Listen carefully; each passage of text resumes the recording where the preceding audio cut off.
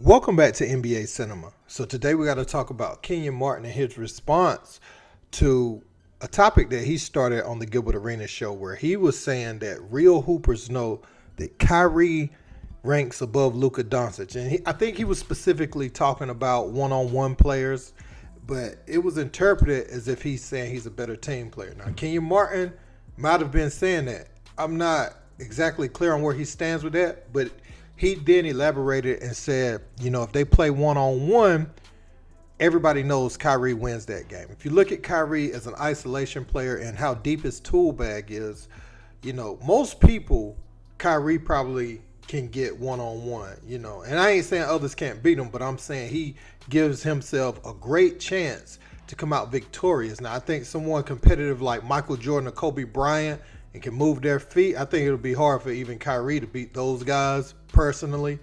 But, he's going to be a handful for anybody. He has one of the deepest tool bags of all time. Well, we're going to take a look at what Kenyon had to say about this, and then we're going to look at his response because he's gotten some backlash for this. Let's peep it. Is Luka the best player on this team?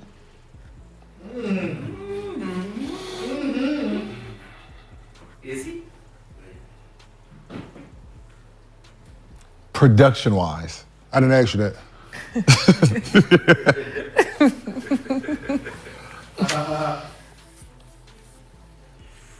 Enough said. But in MVP vote, he's the fourth best player in the NBA compared to the bullshit list from the other day. He in the MVP conversation, and in my opinion, I don't think he's the best player on this basketball team. But that's for another. Never mind. Move on. Just sip my tea. This is. Okay, so who's the best player on the Mavs if Luka's not? Hey, I know one. Put it like this, when people be talking about one-on-one, I know if you ask Dinwiddie who's the best one-on-one player there, I guarantee it won't be who they think it is. Won't be Luka. You know what I'm saying? Guarantee you line them up, let them play ones. He couldn't be. Dinwiddie said, he got mopped every time. Yeah, every time, dog. And you line him up against Kyrie, it'll be listen. He might don't touch the ball. If you give Kyrie the ball first, Luka won't touch the ball. 11-0? Hey. Luka can't guard this goddamn camera stand. Hey, no, but that's the when they say where y'all ring Dinwiddie, yeah. All right, yeah, you know what I'm saying? Be him. That's all I'm saying. That's that value. That's that value. Is Luka good? Absolutely. Good for his team. Is different. Yeah. And that's the thing with real basketball people. Mm-hmm. If your numbers don't equate to something, mm-hmm. They just numbers. And I look at you, who you are and what you're doing, and I look at Kyrie like, shit. Yep. Yeah, give me 11. Yep. Give me number 11. Mm-hmm. Now, Kenyon Martin got a lot of backlash from that, and he responded, how do people that's never played on their high school basketball team know so much about basketball? Asking for a friend, I guess responding to his critics. And he brought up some interesting points, when he talks about numbers. And this is one of the things I say about Harden. Your numbers are a function of your usage. And a lot of times for some of the lazier players on defense, it's about how much they have the ball on the offensive end of the floor. And Luka, I could see him struggling in a one-on-one game for sure because he doesn't like defense. And you don't have a back line of defense. You don't have a mistake eraser when you're playing one-on-one. That's just you mano-a-mano. And it's going to take a lot of grit, toughness, and pride on both ends, really, to win against a very good one-on-one player. And I don't know if Luka possesses all those qualities. He's never really put his body in a position to be able to bring that out of himself in a season. And a lot of that is due to him having the ball in such high usage rate. And I think some of his stats are a bit skewed from that perspective. If you look at Kyrie Irving, ability has never been his problem. One of the best basketball handlers we've ever seen. One of the best shot makers with both hands. I mean, honestly, his ambidextrous nature, have we seen anyone better that shoots with both hands more naturally than him? I mean, if we have, that's not going to be a long list of people that's right there with Kyrie. Put it like this. This will cover it. It won't get much better than Kyrie, whoever you can point at, making shots with both hands like that.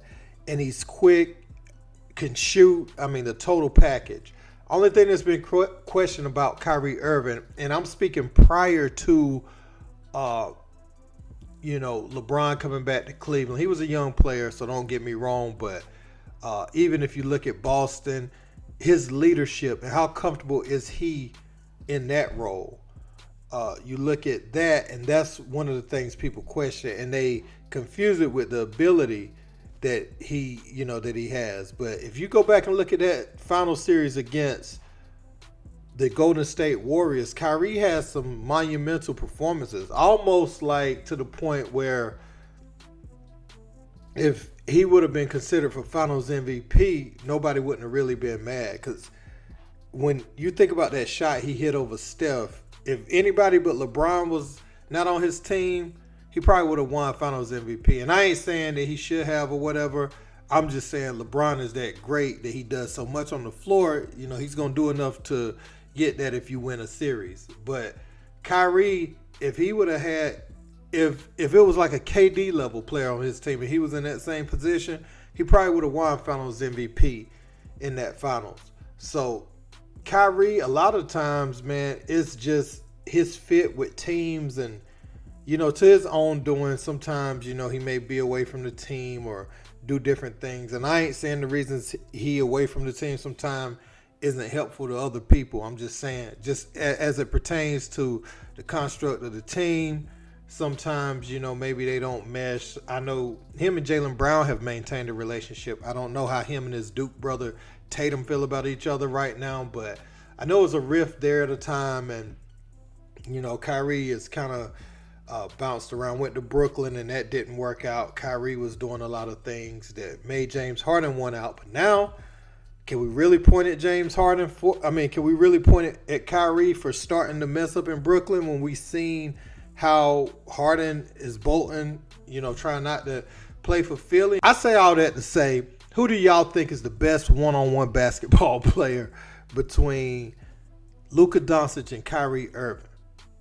I want to know your opinion on this. Don't forget to like, share, and subscribe. Till next time. Peace.